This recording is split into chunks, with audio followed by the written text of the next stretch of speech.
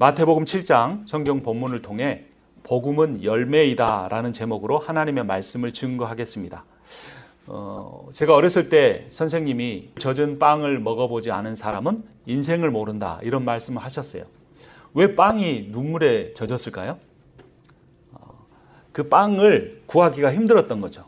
너무나 몇 끼를 굶고 너무나 배가 고파서 이제 겨우 그 빵을 손에 쥐었을 때 배가 고파서 손이 떨리는데 그 빵을 한 입 먹으려고 할 때 눈물이 주르륵 흘러서 그 빵에 떨어졌다는 거예요. 인생을 살면서 가난해 보지 않은 사람, 배고픔, 굶주림 이런 것을 경험해 보지 않은 사람은 인생을 알기가 힘들다 이런 말인 것 같아요. 그렇죠? 옛날에는 저 어렸을 때만 해도 이 삼시 세끼 먹는 것, 하루에 3끼 먹는 것만 해도 감사했습니다. 한국은요, 밥을 조석으로 먹는다 이런 표현이 있었어요. 조석은 아침조, 저녁석. 그래서 아침과 저녁에 밥을 먹었던 거죠. 근데 점심은 뭔가요, 여러분? 점심을 한자로 풀이하면 이 점, 콕 찍은 점 있죠. 심은 마음심입니다. 마음에 점은 하나 탁 찍는다. 그러면 그 점은 큰 건가요? 작은 건가요?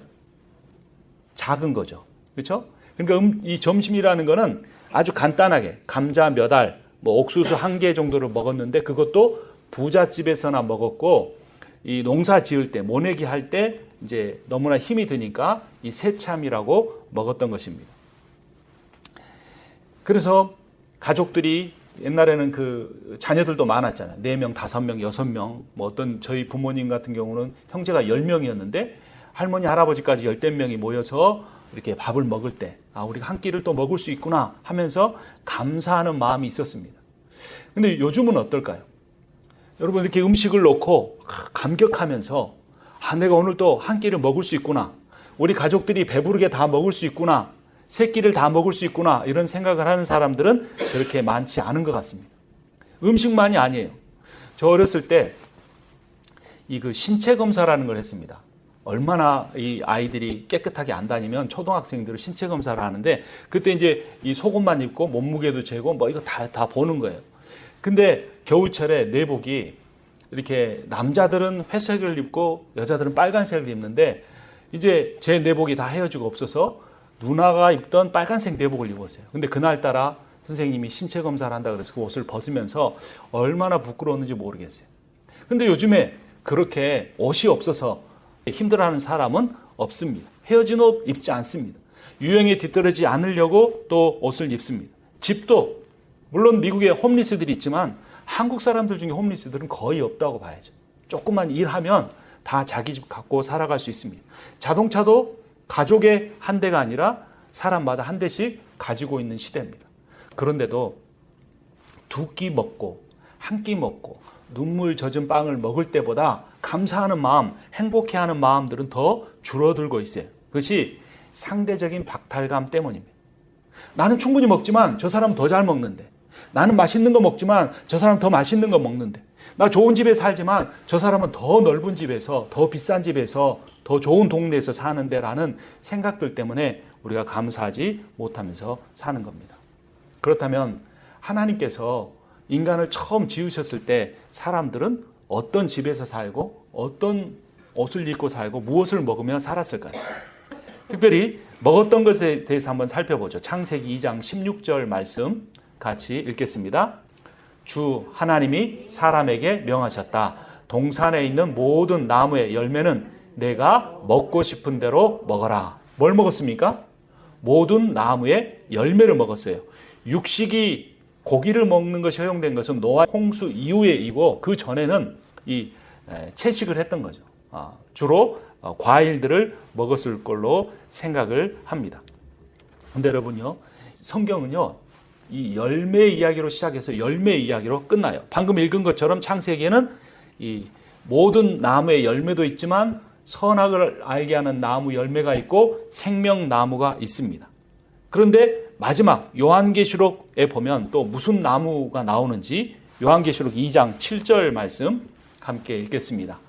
귀가 있는 사람은 성령이 교회들에 하시는 말씀을 들어라.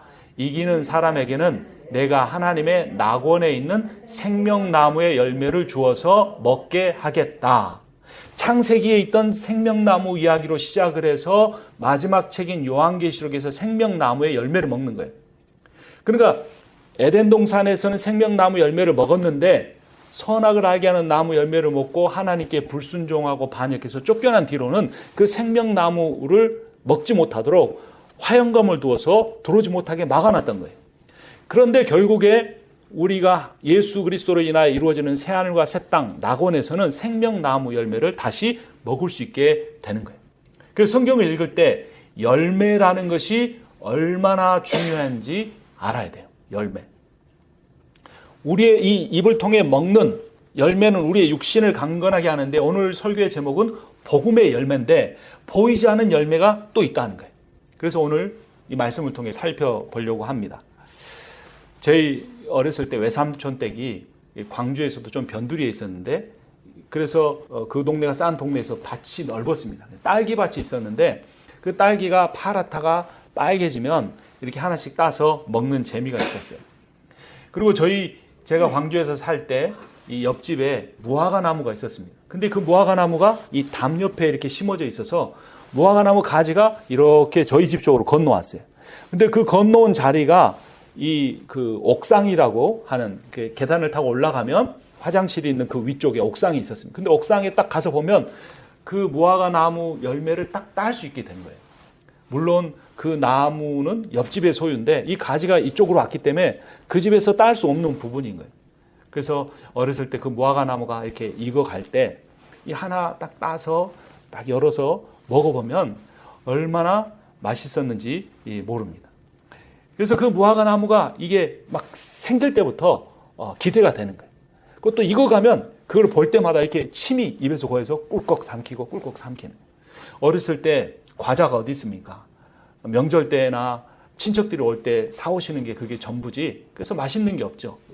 그런데 그 무화과 나무가 저에게 참 소망이고 그 무화과 나무가 있기를 얼마나 바랬는지 모릅니다. 지금은 참 맛있는 음식들이 많아요. 비싼 음식, 좋은 음식들이 참 많습니다. 그래서 앞에서 말씀드린 것처럼 우리가 먹는 것이 얼마나 감사하고 기쁜 일인지 잘 모릅니다. 그리고 우리가 먹을 수 있는 그런 열매들이 익어가는 그 과정이 또 얼마나 귀한지를 잘 모르는 거예요. 사실은 우리의 육신의 건강이나 우리의 영적인 건강은 감사로 인하여 기쁨이 생기고 나가는 것인데 우리의 삶에서 그것을 누리지 못하고 있다는 거예요. 한번 사진을 보겠습니다. 이 그림을 보면 저기 이 왼쪽에 보면 노란 게 뭡니까?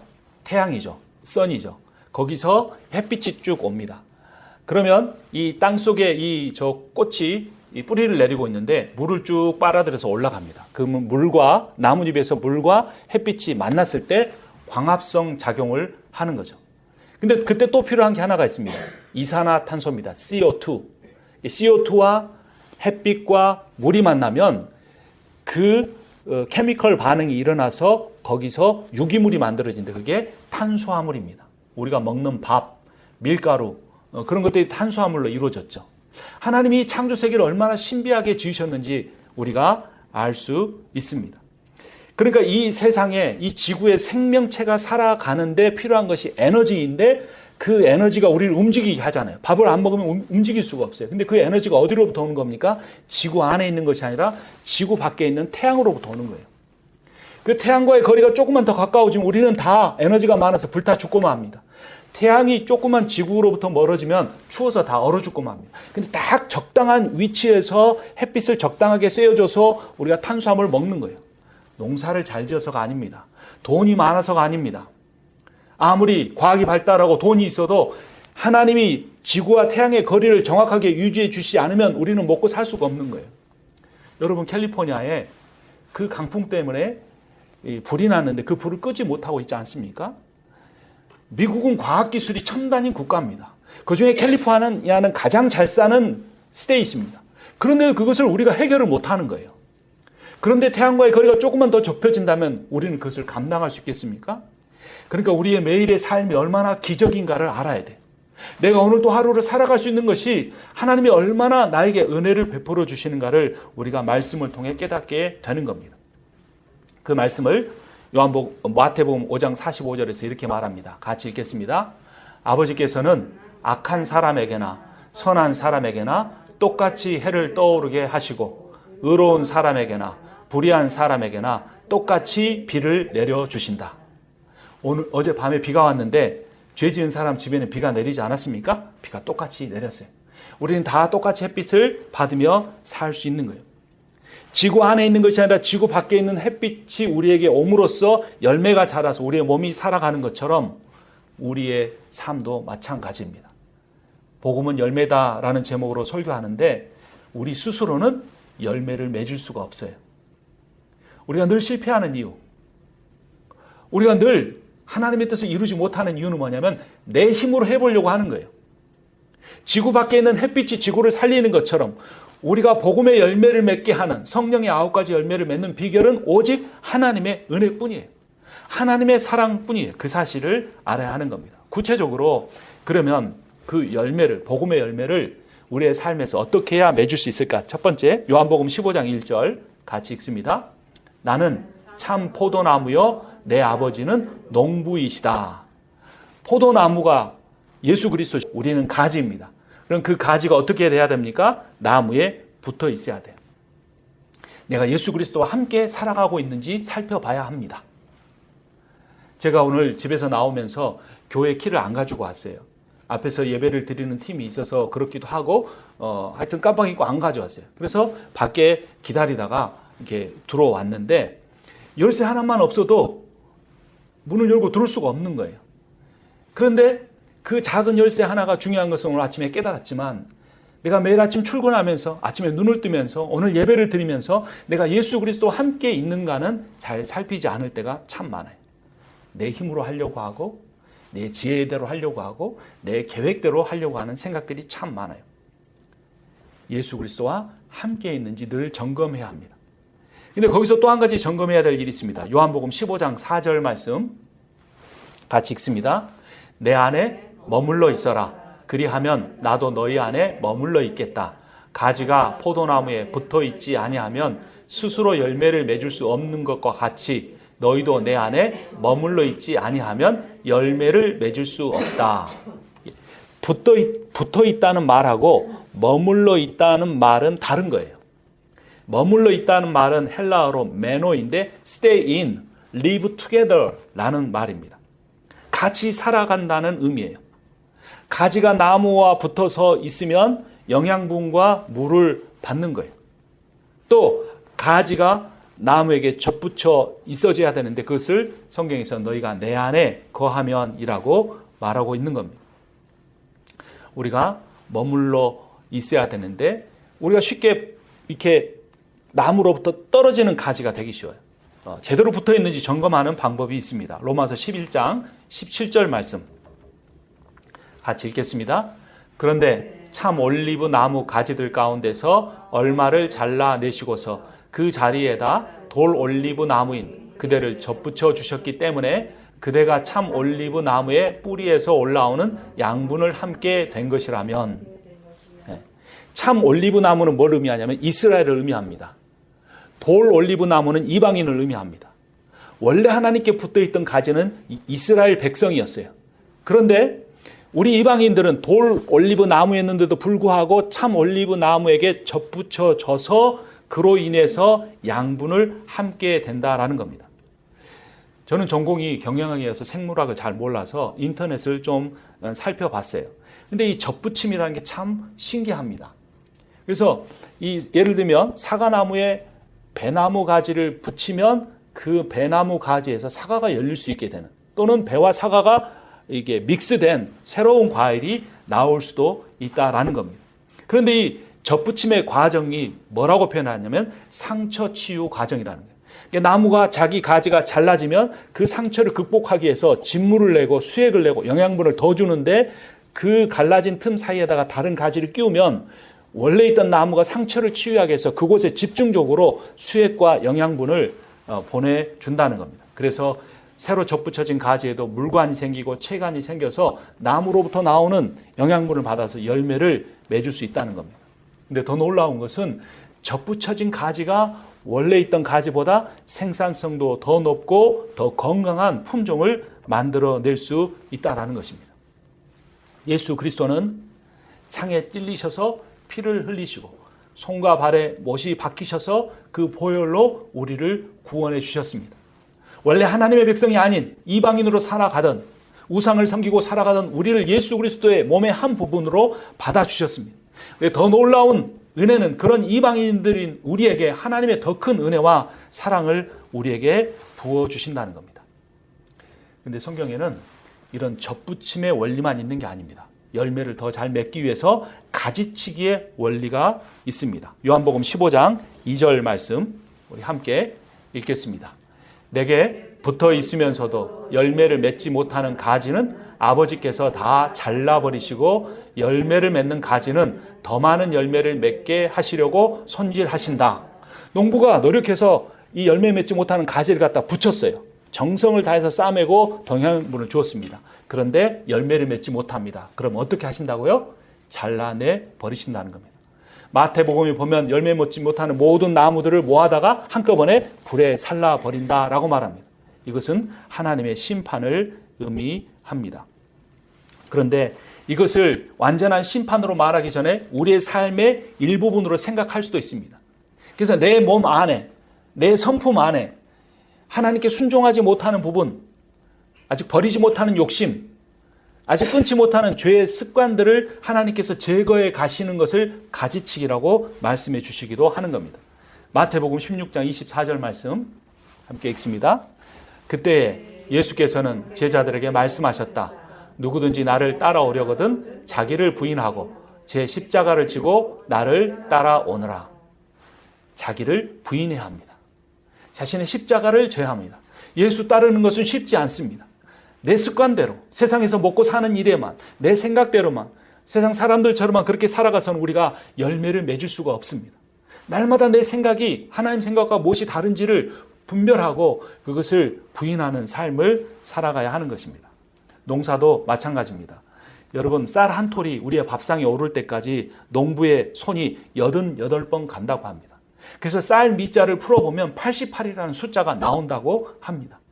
한 톨의 쌀이 우리의 입속으로 들어가는데도 그렇게 수많은 사람들의 땀과 수고와 열정이 필요한데 내 인격을 통해 내 삶을 통해 하나님 말씀에 순종하고 내가 예수를 닮아가는 열매를 맺는 일에는 88번보다도 더 수많은 노력이 필요한 것입니다. 그냥 세상 살아가기도 힘든데 복음의 열매를 맺기 위해서 그런 노력을 한다는 것은 참 쉽지 않습니다. 건강도 좋아지지 않고 경제적 형편도 갈수록 꾸리기가 힘들어가고 그런 상황 속에서 정말 힘듭니다. 그런 상황 가운데 신앙생활하는 것은 때로는 슬프거나 마음이 힘들 때도 참 많습니다. 그런 사람들을 향하여 주님이 말씀하십니다. 시편 126편 6절 말씀 함께 읽습니다. 울며 씨를 뿌리러 나가는 사람은 기쁨으로 단을 가지고 돌아온다. 여러분, 눈물 흘리시며 살아가고 계십니까? 때로는 너무나 몸이 아파서, 때로는 너무나 마음의 상처가 깊어서, 때로는 하나님의 뜻이 무엇인지 알지만 그 말씀에 온전히 순종하지 못하는 자신과 가족을 보면서 눈물을 흘리고 계십니까? 눈물을 흘리는 그 자리에 기도를 심어 보십시오. 힘든 그 상황 가운데 말씀을 선포해 보십시오. 그렇게 씨를 뿌릴 때, 말씀의 씨, 기도의 뿌리 씨, 순종의 씨를 뿌릴 때 하나님이 반드시 때가 되면 기쁨으로 열매를 맺게 하여 주실 것입니다. 왜냐하면 그 일을 이루신 분이 하나님이시기 때문에 그렇습니다. 고린도전서 3장 말씀 같이 읽습니다. 씨 뿌리는 사람, 물 주는 사람이 있지만 오직 자라나게 하시는 분은 하나님이시다. 아멘. 하나님이 우리를 자라게 하실 겁니다. 올해 우리 교회의 목표가 사랑으로 성장하는 교회입니다. 우리가 많은 노력을 할 겁니다. 어떤 사람은 씨를 뿌리고 어떤 사람은 물을 주고, 하지만 우리의 믿음이 최종적으로 누구를 바라보아야 합니까? 하나님이십니다. 하나님이 자라나게 해주지 아니하시면 우리는 성장할 수 없기 때문입니다. 그렇게 자라서 결국에 우리가 맺어야 할 열매가 무엇일까요? 오늘 본문 마태복음 7장 17절 20절 말씀 함께 읽습니다. 이와 같이 좋은 나무마다 아름다운 열매를 맺고 못된 나무가 나쁜 열매를 맺나니 이러므로 그들의 열매로 그들을 알리라.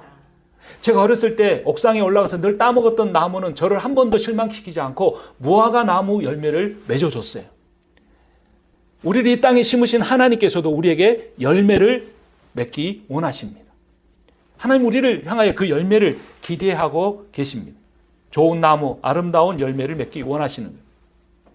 근데 앞서 말씀드린 것처럼 이 세상의 모든 나무는 지구 안에 있는 에너지가 아니라 지구 밖에 있는 햇빛을 통해서 열매를 맺는 것처럼 우리 역시 나 스스로는 열매 맺을 수 없다는 것을 늘 깨달아야 돼요. 늘 알고 있지만 또 실패하는 건 내가 하려고 하는 거예요. 내 주장, 내 습관, 내 계획, 그것을 내려놓아야 합니다. 그래서 궁극적으로 우리가 맺어야 할 열매가 무엇이냐면 갈라디아서 5장 22절, 23절 같이 읽겠습니다. 그러나 성령의 열매는 사랑과 기쁨과 화평과 인내와 친절과 선함과 신실과 온유와 절제입니다. 다음 화면 보면 사랑이라는 열매가 나옵니다. 세상은 give and take예요. 주고받는 거예요. 거래하는 겁니다. 근데 사랑은 무조건적인 겁니다. 주는 겁니다. 이 열매의 으뜸이 사랑입니다. 이 9가지 열매라 그래서 복수가 아니에요. 단수입니다. 그래서 이 9가지 열매를 한마디로 말하면 사랑이에요. 하나님의 사랑입니다. 하나님의 사랑은 변함이 없습니다. 하나님의 사랑에는 능력이 있습니다. 하나님의 사랑에는 한계가 없습니다. 그 사랑으로 우리가 하나님의 사랑을 늘 묵상하고 누리고 우리가 기도할 때 고백하고 찬양으로 하나님께 영광 돌릴 때 나머지 열매들도 맺혀지는 거예요. 그 다음 열매 봅니다. 희락의 열매예요. 조이입니다. 이 세상은 정욕을 쫓아갑니다. 그러니까 이 정욕은 즐거움인데 즐거움이란 건 뭐냐면 감각을 따라가는 거예요. 오감, 보고 듣고 만지고 맛보는 것. 근데 이 기쁨, 희락, 조이라는 건 뭐냐면 관계적인 거예요. 그냥 맛있는 음식을 먹으면 즐거운 것뿐이에요. 욕심이에요. 하지만 사랑하는 사람들과 함께 먹거나 그 음식을 먹기에 너무 가난한 사람들과 나눠 먹을 땐 우리 안에 기쁨, 희락, 조이가 있는 거예요. 세 번째 열매는 평안입니다. 이 세상은 불안한데 우리가 하나님의 사랑을 받음으로써 우리 안에 조이, 기쁨이 가득할 때 평화가 생기는 겁니다. 이것을 샬롬이라고 합니다. 제가 열쇠를 가지고 오지 못할 때 이 교회 문을 열지 못했던 것처럼, 그러나 열쇠를 가지고 다 열 수 있는 것처럼 주님과 함께 있는 사람 안에는 늘 샬롬이 넘칩니다. 네 번째 열매는 오래 참음입니다. patient입니다. 세상은 효율성을 따집니다. 시간을 잽니다. 그래서 내가 이만큼 일하면 무엇인가 이만큼 얻어야 한다는 그런 계산을 합니다. 그렇지만 성경은 오래 참는다라고 말할 수 있습니다. 하나님 주신 평안이 있는 사람만 다급해하지 않고 기다릴 수 있습니다. 여러분 자신의 시간으로 계산하지 마십시오. 하나님 반드시 약속을 지키시는 분입니다. 그냥 상황을 버티는 것이 아니라 사랑으로 기다리십시오. 믿음으로 기다리십시오. 반드시 열매 맺게 해주실 겁니다. 다섯 번째 열매는 자비입니다. kindness.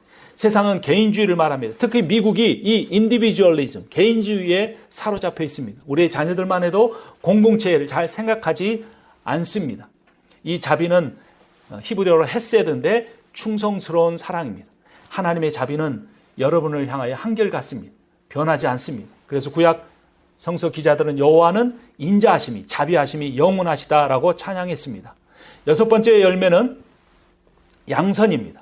굿니스입니다.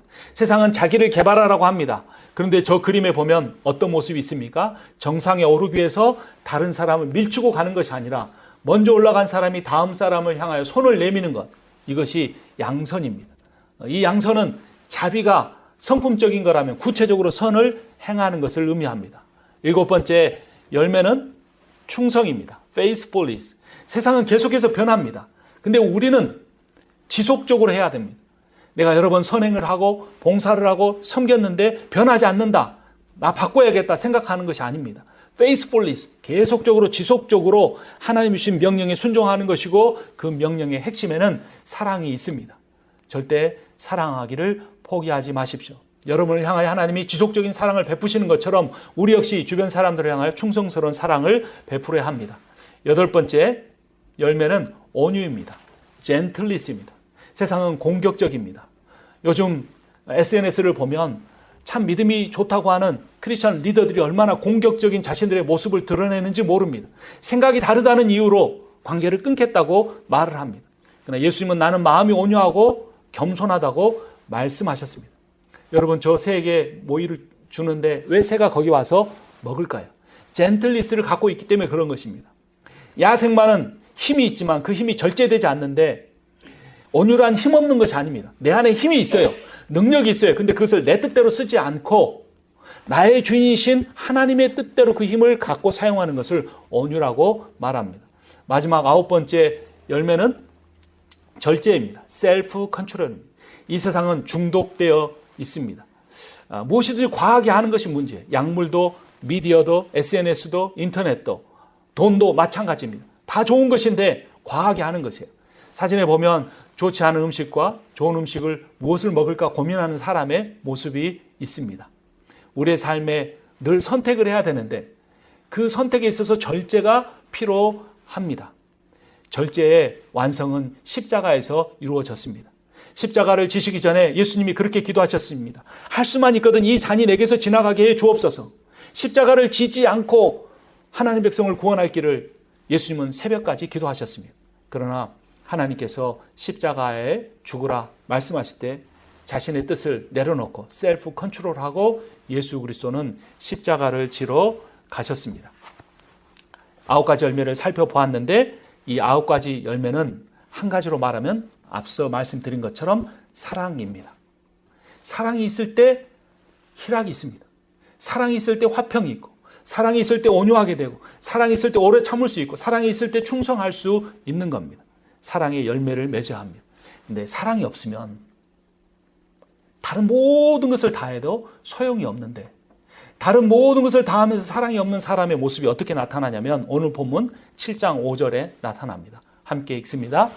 외식하는 자여, 먼저 내 눈 속에서 들보를 빼어라. 그 후에야 밝히 보고 형제의 눈 속에서 티를 빼리라. 종교적 외식을 하고 그 외식을 하면 누군가를 판단하는 마음을 갖게 되는 겁니다. 그러면 사랑하는 사람은 어떤 삶을 사느냐? 오늘 본문 12절 말씀 같이 읽겠습니다. 그러므로 무엇이든지 남에게 대접을 받고자 하는 대로 너희도 남을 대접하라. 이것이 율법이요 선지자니라. 아멘. 이것을 기독교의 황금률이라고 합니다. 사랑이라고 말하면 굉장히 추상적이죠. 그런데 이 말씀이 굉장히 구체적으로 사랑을 표현해 줍니다. 여러분, 다른 사람이 나에게 어떻게 해주기를 바랍니까? 좀 참아줬으면 좋겠어요. 다른 사람이 나에게 좀 부드럽게 해줬으면 좋겠어요. 다른 사람이 나에게 친절했으면 좋겠어요. 다른 사람이 선을 행해줬으면 좋겠어요. 다 누구나 똑같이 갖고 있는 마음입니다. 그 마음 그대로 남이 나에게 어떻게 해주기를 바라는 그대로 다른 사람이 해주면 그것이 바로 사랑입니다. 이제 오늘 말씀을 맺으려고 합니다. 복음은 사랑입니다. 그 사랑, 예수 그리스도께서 십자가에서 우리에게 나타내 주셨습니다. 우리가 찬양했던 것처럼 그 사랑은 완전한 사랑입니다. 자격이 없는 죄인들에게 부어지는 사랑입니다. 긍휼의 풍성한 사랑입니다. 어느 누구도 끊을 수 없는 사랑입니다. 그 사랑이면 충분합니다. 이미 완성이 되었습니다. 복음은 우리가 이루어야 하는 것이 아니고 예수 그리스도께서 이미 사랑으로 완성하신 것입니다. 그 사랑이 이번 한 주간을, 그 사랑의 예수 그리스도께서 이번 한 주간을 여러분들과 동행하실 것입니다. 비록 아직 내 몸이 다 낫지 않았다고 할지라도 그 사랑의 힘이 여러분들을 고쳐 주실 겁니다. 내 마음이 과거의 상처로부터 완전히 회복되지 않았다고 할지라도 그 사랑의, 예수 그리스도의 그 사랑이 여러분들의 마음을 회복시키시고 우리 교회를 그 사랑으로 성장하게 해 주실 것입니다. 우리 함께 찬양하겠습니다.